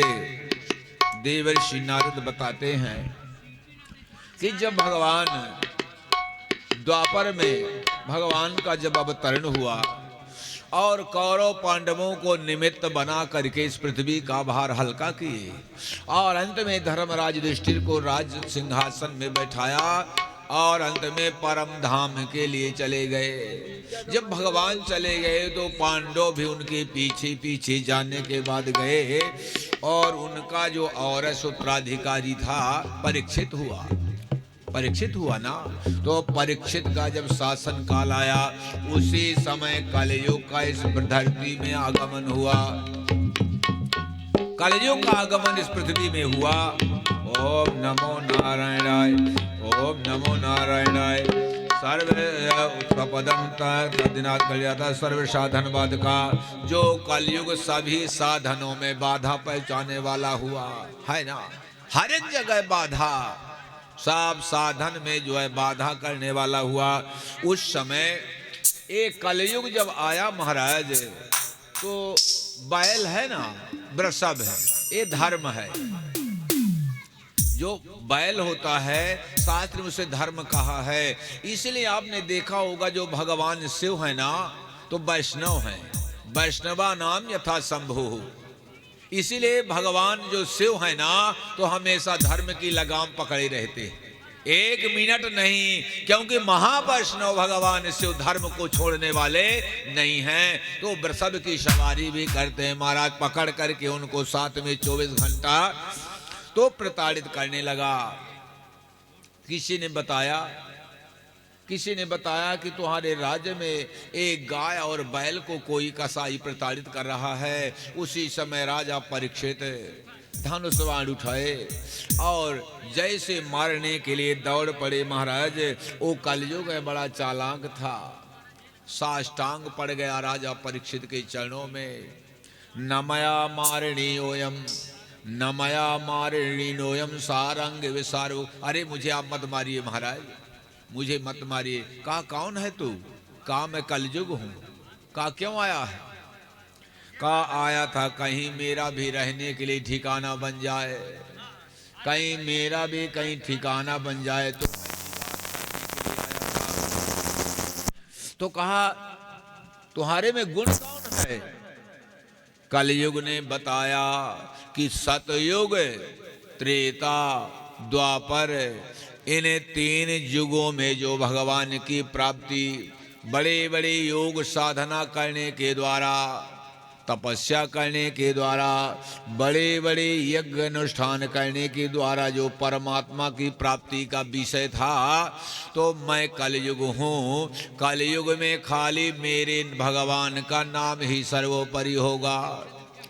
काली महा केवल नाम आधारा, काली महा केवल नाम आधारा। असुमेर सुमेर भव उतरहि पारा। यानी खाली नाम ही यदि स्मरण करेंगे तो वहाँ ज्यादा समस्या नहीं है। अब समझना, एक कथा का सार है ये, यहाँ आपको कथा का सार मिला। भगवान का नाम, खाली नाम ही जो है आपको सब कुछ कर सकता है। ओम नमो नारायणाय, ओम नमो नारायणाय। तत्फलम लमते सम्यक कलौ केवल कीर्तनात्। खाली कीर्तन और भगवान का नाम ही महाराज सर्वोपरि है। एकाकारम दृष्ट एकाकारम कलम दृष्टा सारवस्तार निरसम। का एक ही गुण है मुझ में, बाकी मैं दुर्गुणों का खजाना हूँ, दुर्गुणों का खजाना हूँ। तो आप मुझे रख लीजिए। राजा परीक्षित मन में विचार करने लगे कि कलयुग में, हाँ ठीक है शुरू करिए। अब इस व्यासपीठ से हमारे जो सामवेद के मर्मज्ञ, बड़ा सुंदर साधना, श्री राधे स्वर साधना का जिन्हें ज्ञान है सब पहुंच चुके हैं। थोड़ा विलंब के लिए इस व्यासपीठ से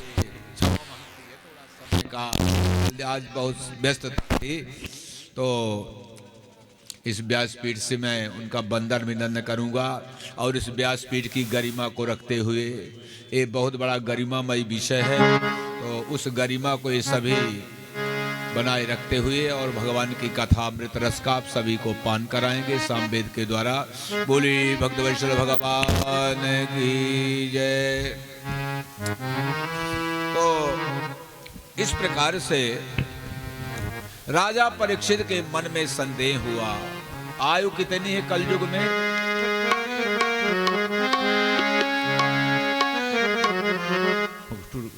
भजन एक बोल दीजिए।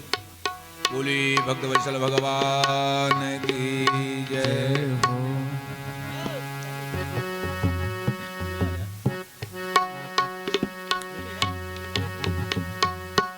बोलिए श्री सद्गुरुदेव भगवान की जय। राधा राधा रटत ही सब बाधा मिट जाए, कोट जन्म का पंथ था पल में पहुंचा। जय जय राधा राधा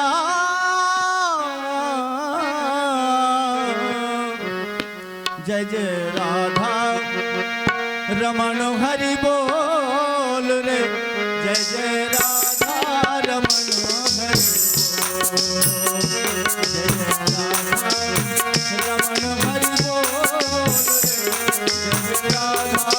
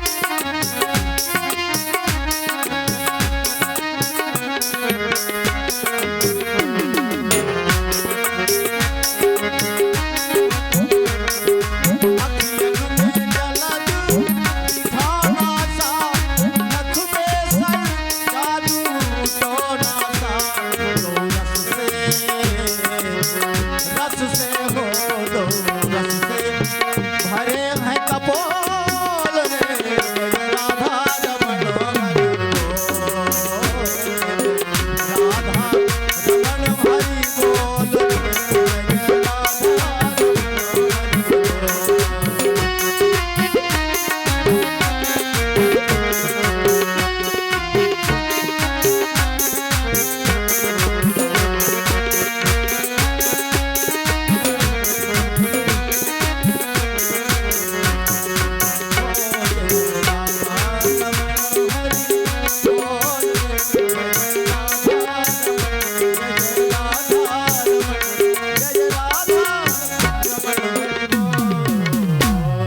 बोले बांके बिहारी लाल की जय। बोलिए भक्तवत्सल भगवान की जय। जय हो। तो इस प्रकार से अद्भुत चरित्रों का वर्णन करते हुए यहाँ देवर्षि नारद ने कलयुग के विषय में बड़ा सुंदर बताया। काहे राजा परीक्षित के शासन काल में कलयुग का आगमन। कलयुग जब भयाक्रांत होकर के निवेदन किया, कहा महाराज मुझे मत मारिए, मैं कलयुग हूँ। और अपनी उपलब्धि भी बताया, कहा खाली कलयुग में मेरा नाम ही, भगवान का नाम ही सर्वोपरि है। ऐसे जब बताया तो राजा परीक्षित के मन में संदेह हुआ कि कलयुग में आयु 100 वर्ष की है ना, लेकिन 100 वर्ष तो हम जानते जानते और मरने का समय आ गया, लेकिन 100 वर्ष में 50 वर्ष सोने में चला गया ना। 100 वर्ष की आयु में 50 वर्ष सोने में चला गया। और इसके बाद 25 वर्ष में बालक और बुढ़ापा, बालक वृद्धत्यो हो, यानी 25 जो है बालापन अवस्था और बुढ़ापा में चला गया। बचा कितना? 25 वर्ष।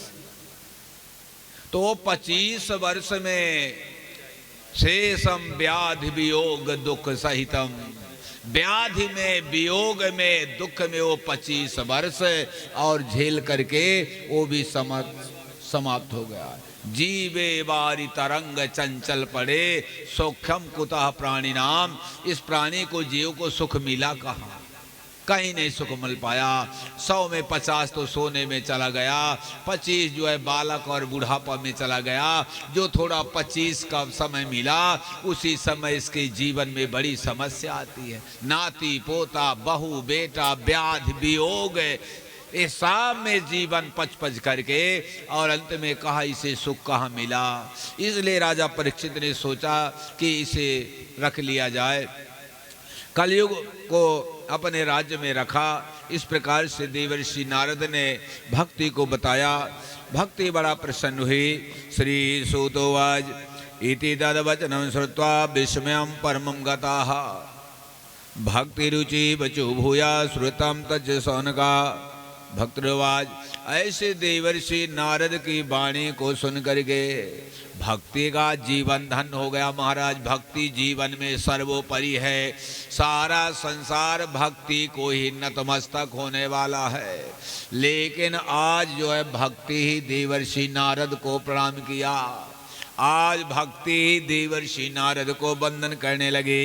ओम नमो नारायणाय। सुरर्षि त्वं हि धन्योऽस्मिन्, सुरर्षे त्वं हि धन्योऽस्मिन् मद्भाग्येन समागता। साधूनां दर्शनं लोके सर्वसिद्धिकरं परं, जयति जगति मायां यश कायाधवस्ते। वचन रचन में कम केवलम च कलयो, ध्रुव पदमपि यातो यत्कृपातो ध्रुवोऽयं। सकल कुशल पात्रम ब्रह्मपुत्रम नतोऽस्मिन्।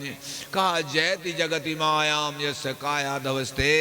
भक्ति कहने लगी ही महात्मन, जिसे आपकी प्राप्ति हुई है वो खाली मेरिट लिस्ट में आया है, फैल नहीं हुआ। कयाधु का पुत्र प्रहलाद, आपने उसे नाम मंत्र की दीक्षा दिया था, तो भी खाली मेरिट लिस्ट में आया। ध्रुव पदम पिया, तो महाराज उत्तानपाद का पुत्र ध्रुव उसे भी आपने ही पढ़ाया था। तो आज भी ध्रुव तारे के नाम से सिंहासन में बैठे हुए हैं। तो यानी भगवान भक्ति कहा जिन जिन को आपने पढ़ाया वो खाली वहाँ तक गया है महाराज। सकल कुशल पात्रम ब्रह्म पुत्रम नतोस्मि, हे देव ब्रह्मा के पुत्र आपको मेरा जो है कोटि कोटि जो है प्रणाम है। जय जय श्री मद्भागवते महापुराणे भक्ति नारद समगम नाम प्रथमोध्याय कृष्णार्पणमस्तु। एक भजन बोलिए। कृष्णार्पणमस्तु कृष्णाय वासुदेवाय हरे परमात्मने प्रणत क्लेशनाशाय गोविंदाय नमो नमः। ओम नमो नारायणाय, ओम नमो नारायणाय। श्री कृष्ण गोविंद हरे मुरारे, हे नाथ नारायण वासुदेव। ओम नमो बोल दी तुम लोग बोल दी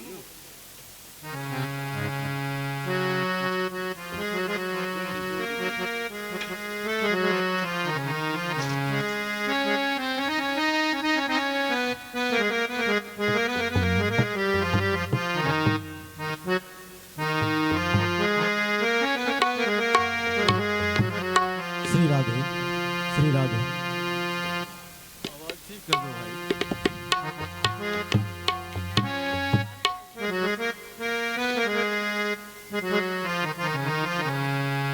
प्रभु के सिवा कहीं दिल ना लगाना, प्रभु के सिवा कहीं दिल ना लगाना, प्रभु के सिवा कहीं दिल ना लगाना।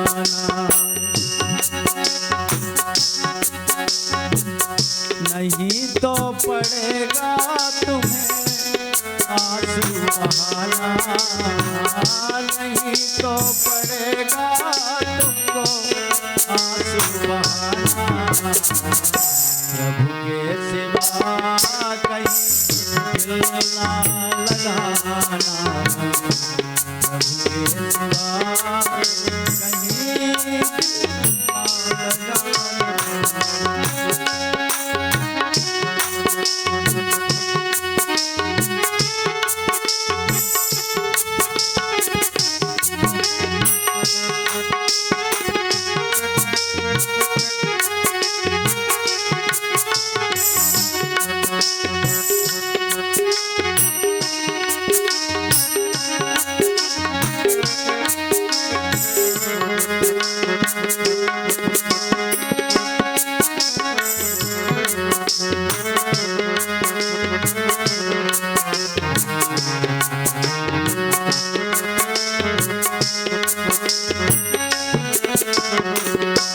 जो प्रभु का गुणगान किया है, सच्चा जीवन वो ही जिया है, सच्चा जीवन वो ही जिया है। सुमिरन के बल से तुमको, सुमिरन के बल से तुझे मुक्ति है पाना। प्रभु के सिवा कहीं दिल ना लगाना, प्रभु के सिवा कहीं दिल ना लगाना।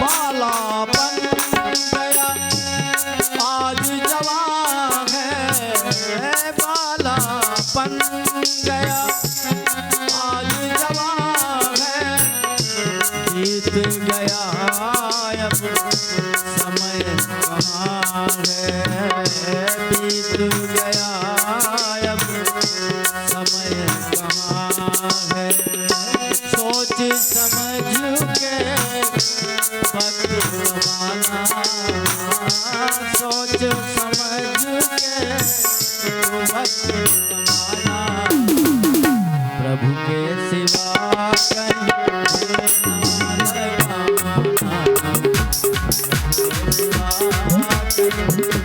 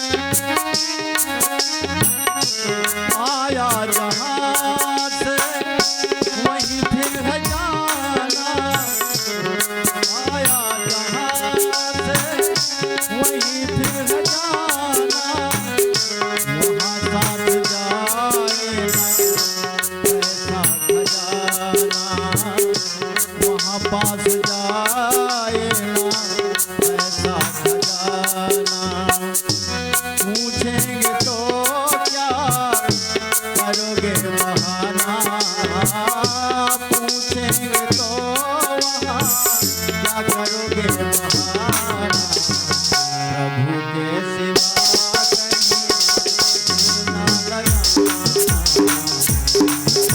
सिवा कहीं नहीं तो पड़ेगा तुमको, नहीं तो पड़ेगा तुमको आंसू बहाना, प्रभु के सिवा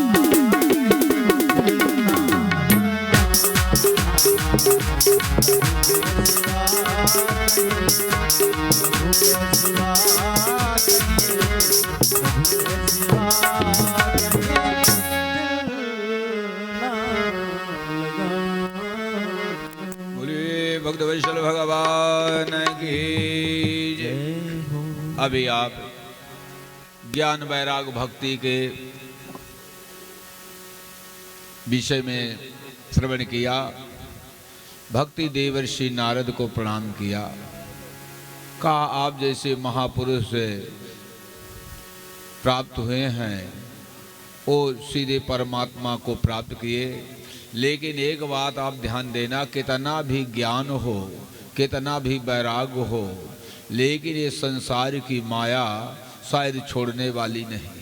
इतना उपदेश देने के बाद भी देवर्षि नारद ने बड़ा सुंदर सब कुछ बताया, लेकिन बात यह है कि भगवान प्राप्त होना बड़ा सरल है, कोई कठिन विषय नहीं है, लेकिन ये संसार की माया को परित्याग करना बड़ा कठिन विषय है। इस माया को परित्याग करना बड़ा कठिन है, लेकिन भगवान तो बैठे बैठे आपके पास आ जाएगा। इतने सब कहने के बाद देवर्षि नारद से भक्ति निवेदन किया, कहा कि भक्त में वो ताकत होती है जो भगवान नहीं कर सकते, वो मैंने सुना कि भगवान का भक्त कर देता है। क्योंकि एक बार भक्ति ने कहा कि सनकाद ऋषियों के श्राप से और भगवान के पार्षद वैकुंठ से भी नीचे चले आए थे, वो ताकत भक्त में होता है।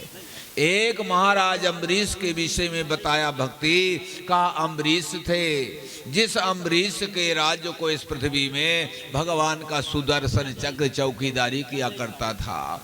लेकिन दुर्वासा जैसे महापुरुष और जब अम्बरीश से कपट किया और उन्हें मारने का प्रयास किया तो त्रिलोकी में कोई दुर्वासा को बचा नहीं पाया। अंत में भगवान ने कहा कि तुम दुर्वासा के पास चले जाओ, मैं तुम्हारी रक्षा नहीं कर पाऊंगा। तो हे प्रभु ऐसा करें, आप हमारे बालकों को जवान कर दें। यानी 12 स्कंद हैं भागवत में। 12 जो स्कंद हैं तो प्रथम स्कंद शरीर का है, शरीर की पुष्टि। यानी भक्ति का मन अभी अपने बालकों में जवान करने के लिए लगा है ना। इतनी कथा होने के बाद और भक्ति का मन पुष्टि है, यानी शरीर की पुष्टि। यदि आपके जीवन में आपका शरीर निरोग होगा, पुष्ट होगा, तभी तो आप बैठ पाएंगे ना। तो यानी शरीर माध्यम खलु धर्म साधनम। यदि शरीर ताकतवर होगा, हष्ट पुष्ट होगा, तो सब साधन आप कर पाएंगे। लेकिन शरीर ही जर्जर हो जाए तो भक्ति ये कह रही है कि महाराज पहले आप जवान करिए। जब शरीर पुष्ट होगा तब सब साधन दुनिया में होंगे। यदि शरीर की ही पुष्टि ना होगी तो कोई साधन बनने वाला नहीं है। देवर्षि नारद के मन में बड़ा भाव हुआ, हो गया ठीक है।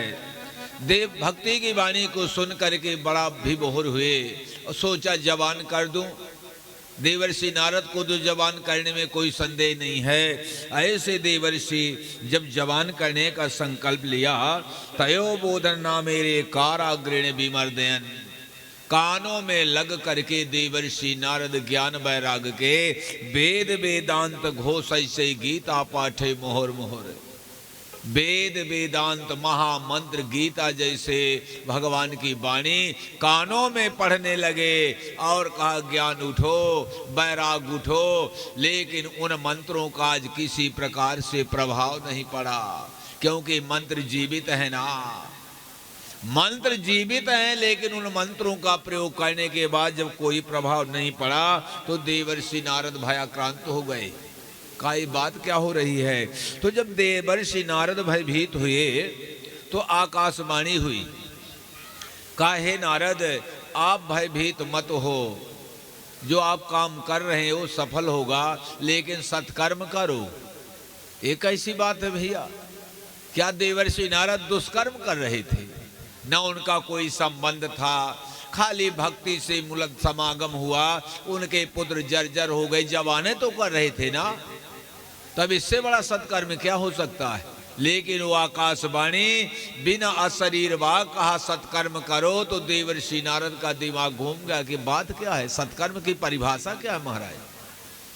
प्रक्षण मार्गे मुनीश्वरान। देवर्षि नारद सभी तीर्थों में महापुरुषों से पूछने लगे कि सत्कर्म की परिभाषा आप बताएंगे, सत्कर्म क्या है।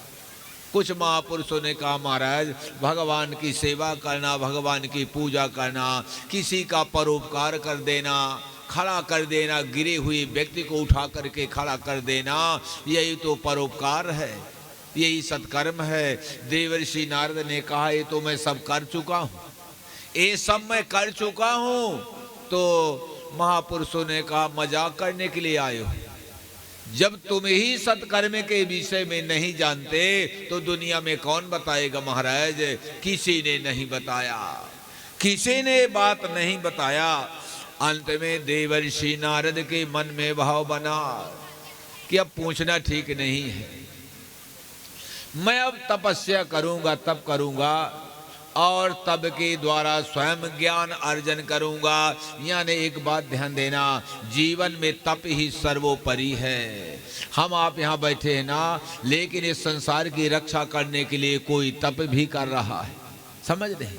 कहा है कि तप बल रचय प्रपंच विधाता,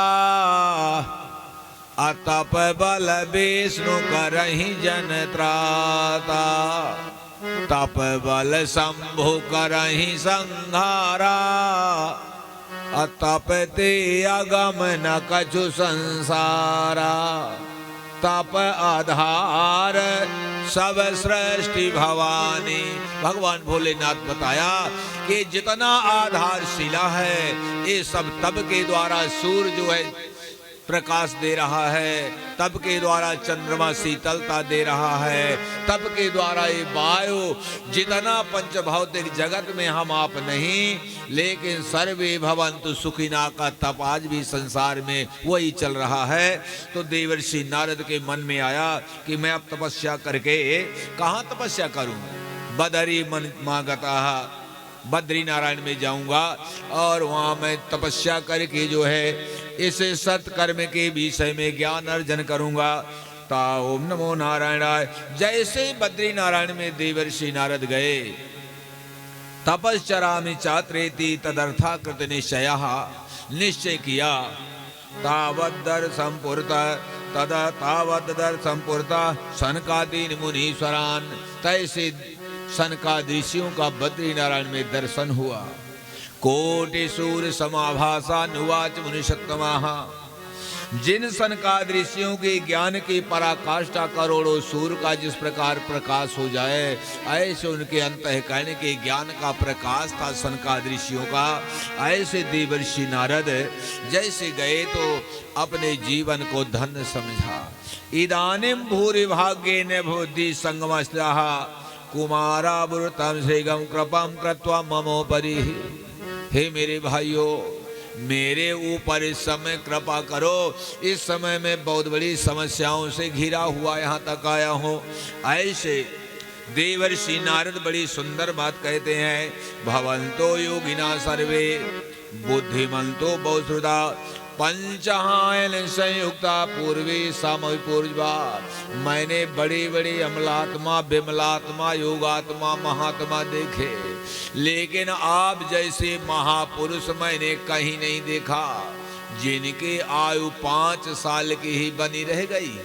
ना घाटी ना बड़ी, पंचहायन संयुक्ता, यानी आप बाप दादाओं के भी बाप दादा कहे महाराज। सदा वैकुंठ निलयः, यानी जिनका जीवन हमेशा वैकुंठ में ही निवास में व्यतीत हो रहा है। लीलामृत रसोन्मंता कथा मात्र एक जीविना। ये 4 भाई थे ना, 4 भाई हैं, तो एक वक्ता बन जाए और 3 श्रोता बन के कथा सुने। ऐसा अदला बदली करके सारा जीवन 4 में वो कथा सुनने लगे। कोई आए ना आए, ओम नमो श्री हरि शरणमेवं, श्री हरि शरणमेवं ईशाम नित्यं मुखे वचः। आता काल समादिष्टा जरायुष्मान वालदे। श्री हरि शरणम जय सिया राम। जिनकी श्वास पर श्वास में भगवान का नाम ही खून खून में रंग रंग में दौड़ने लगे, तो अब काल कहाँ आएगा? काल तो गाला दावेगा ना। लेकिन गाला के उस श्वास श्वास में जब भगवान का नाम ही निकलने लगा तो यमराज भी वहां काल भी बाधित नहीं कर पाया। देवर्षि नारद ऐसी सुंदर जो है बताया। ओम नमो नारायणाय। इसलिए महाराज आप हमारे ऊपर कृपा करें। इस समय हमारी स्थिति बड़ी दीनहीन है। तो सनकादिक ऋषियों ने कहा कि आप चिंता क्यों कर रहे हैं? चिंता करने का कोई विषय नहीं है। आप तो स्वयं सब कुछ जानने वाले हैं, भगवान के जो है कृपा पात्र हैं, लेकिन इसके बाद भी आप चिंता से व्याप्त हैं। चिंता करने का कोई विषय नहीं है। ओम नमो नारायणाय। वैकुंठ साधका पंथा न सुनना तो गोप्यो ही वर्ते। इसमें ज्ञान और पढ़ाई लिखाई का, भगवान के प्राप्ति का कोई विषय नहीं है। सनकादिक ऋषियों ने कहा कि ब्रज मंडल में जो ग्वाल भील की ब्रजांगनाएं थी महाराज, क्या किसी कॉलेज में गई थी वो? कोई कॉलेज में कोई उनका संस्कार भी नहीं हुआ था, ना कोई वेद पढ़ी थी। लेकिन जिस प्रकार भगवान को उन्होंने प्राप्त किया, शायद कौन प्राप्त किया होगा। छाछ की छछैया प्रभु नाचो ब्रज नारिन में। ऐसे वहां पर भगवान, क्योंकि भक्ति ही सर्वोपरि है, ज्ञान में गिरने का भय है। ज्ञान की पराकाष्ठा जो है जमीन में मूड़े के बल गिरा देती है, लेकिन भक्ति के मार्ग में चलने पर आप फिसल नहीं सकते। समझ रहे हैं? भक्ति का एक मार्ग ऐसा है कि वहां गिरने की संभावना नहीं है, लेकिन ज्ञान मार्ग में जो है फिसलने की संभावना हमेशा बनी रहती है। ओम नमो नारायणाय। तो सारी स्थिति को बताया का इस प्रकार से मैं भक्ति के दोनों पुत्रों को जवान कर रहा था, वेद वेदांत घोष से, लेकिन मंत्रों का प्रभाव उनके जीवन में कुछ नहीं पड़ा। मुझे बहुत बड़ी चिंता है। सनकादिक ऋषियों ने कहा कि ऐसा करो, भागवत सुना दो ना। का भागवत सुना दो? का महाराज अच्छी झंझट में डाल रहे हो, भागवत सुना दो। भागवत का इतना सहज विषय है। विवाहे आदर्शौ, विवाहे आदर्शौ तावत परिकल्पित। भागवत जितना एक कन्या के विवाह में धन लगता है, उतना जो है ज्ञान यज्ञ में धन खर्च होता है। देवर्षि नारद कहने लगे, महाराज मेरे कमंडल और लंगोटी के अलावा कुछ नहीं है। कमंडल और लंगोटी के अलावा जिसके कुछ न हो, उसे आप कहते हो भागवत सुना दो। मेरे सामर्थ्य नहीं है। सनकादिक ऋषियों ने कहा कि महाराज हम आपको जगह बताएंगे कि जहां फूटी कौड़ी न लगे, फूटी कौड़ी न लगे और भागवत हो जाए। देवर्षि नारद प्रसन्न हुए, कहा ऐसी जगह तो हम ढूंढ ही ना रहे हैं कि फूटी कौड़ी न लगे, लेकिन भगवान की कथा ये कहाँ वार्ता हो रही है? ये बद्री नारायण में अब बात हो रही है। ओम नमो नारायणाय। श्रीमद्भागवतालापा सद्गुहिता सुगादवे भक्ति ज्ञान विराग तथा उसे भागवत के भक्त जो द्वारा जब वो कथा रसपान करेंगे तो ज्ञान वैराग जो भक्ति के पुत्र हैं हमेशा जवान हो जाएंगे। प्रलय में ही गमिष्यन्ति श्रीमद्भागवत ने कलिर दोसाई में सर्वी सिंह शब्द बरकाए वो हो। जहाँ पर भागवत के महामंत्रों का, हमारे मंत्रों का उच्चारण होता है, वहाँ पर किसी प्रकार की आदि व्याधि पीड़ा साफ पलायन कर जाती है। जैसे जंगल में सिंह के आ जाने पर सारे बनैले पशु जो है वहां से निकल जाते हैं, इस प्रकार जहाँ पर भागवत के अमर ग्रंथों का, अमर मंत्रों का जो है गायन होता है, वहाँ ये सब कुछ अपने आप प्रणाम करके चले जाते हैं। ओम नमो नारायणाय, ओम नमो नारायणाय। इस प्रकार से ओम नमो नारायणाय कृष्णाय वासुदेवाय हरे परमात्मने त्वया तदा ओम नमो नारायणाय तथा तदते विष्णु के न यदा प्रणभात श्रीमद्भागवतम श्रावम शोक दुख विनाशनम। ये भगवान का नाम और भगवान की जो कथा है, ये शोक और महान विपत्ति को सबसे पहले नष्ट करने वाला है। नाद्य दर्शनम च विनिहंत सुवानि सद्या श्रेयसनोति भव दुख दवार्तिदानाम नेशेष शेष मुख गीत कथय के पानाः प्रेम प्रकाश हृदय शरणं गतोऽस्मिन् भाग्योदयेन बहुजन्म समर्जितेन सतसंगमं च लभते पुरुषो यदा वै अज्ञान हेतु कृत मोह मदान्धकार नाशं विधायते विवेकः। हरि ओम।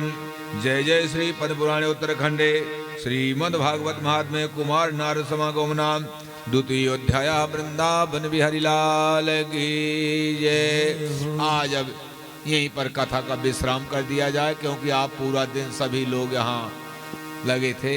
कल से पूरा निर्धारित समय होगा सवेरे से, तो महामंत्र सुनेंगे। इसके बाद भगवान की कथा दोनों प्रहर में अमृत कथा होगी। समय बहुत है, तो आज पूरा दिन सभी पूरा घर लगा रहा।